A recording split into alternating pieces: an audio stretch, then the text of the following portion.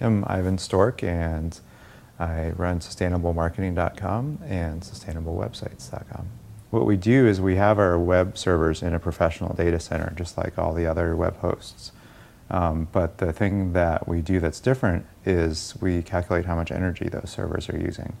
And then we use another local company, Three Phases Energy, to purchase renewable energy certificates that put green power into the grid on our behalf. It was really an afterthought. I was designing websites for clients and focusing on doing websites for green businesses, for entrepreneurial green businesses that were getting started. So I was running the web hosting anyway. And then someone approached me about the renewable energy certificates.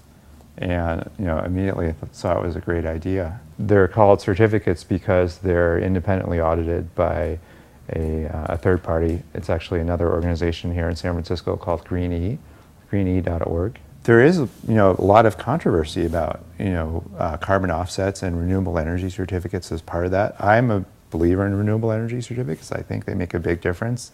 I think the fact that they're harder to get now than they used to be sort of proves that they're making a difference, that there's more solar and wind demand being created, and that's exactly what they were supposed to do. Carbon offsets are a huge market that's growing. There's all different kinds of carbon offsets, from planting a tree and to planting a forest, and anything in between. And then there's standards work that still has to be done. It's really important, I think, to get people participating in Kyoto, get the European and North American standards agreeing with each other, because that'll just create a bigger market for these carbon offsets. In our communities, we're coming up with standards. Like the Bay Area has the Bay Area Green Business Program, and then each county administers that and has their checklists that you have to follow to be green. Measurement's important to give it authority, to give it a scientific basis, and also it's important from a marketing perspective too. Any sort of business, you have to measure what you're doing to figure out if you're really doing it. In a way, the web and telecommunications is a good analog for what we hope will happen in energy.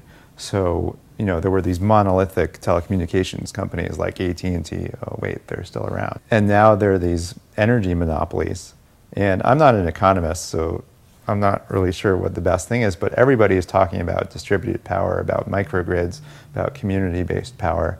And the thing is, it seems like a much better match for the power to be closer to where it's consumed, especially when you're talking about renewables with like wind and solar that are DC. One of my real passions is green entrepreneurship and teaching other people how to run green businesses, and I find a lot of enjoyment in that. And of course, I want sustainable websites to be as successful as possible so that I have the authority to say that. But I find that the moment after I started sustainable websites, I started advising my friends and the customers and everyone involved what they can do to get their business going. Because I think that has the biggest effect. If you can create this network and launch all these other small green businesses and they all support each other, then you really have something going. There's a lot of talk about getting VC funded and getting that money, but not everybody wins in that game. And actually, I started sustainable marketing when, after the third round of layoffs or something, I was just getting sick of the boom and bust economy and wanted to build something a little more even keeled. It's much more enjoyable that way. You don't have the pressure of flipping a company. I'm in it for the long term. There's more to it than just being environmental. I think it's always, for me, it's about the triple bottom line: the people, planet, and profit. And people do come first. I think there's more to sustainability than just being an environmentalist. I always hope that it means those three things. And by people, I mean fair wages. It's kind of like a Maslow's hierarchy thing. You've got to have people comfortable and also doing the right thing for the environment, but there shouldn't have to be any sacrifice there.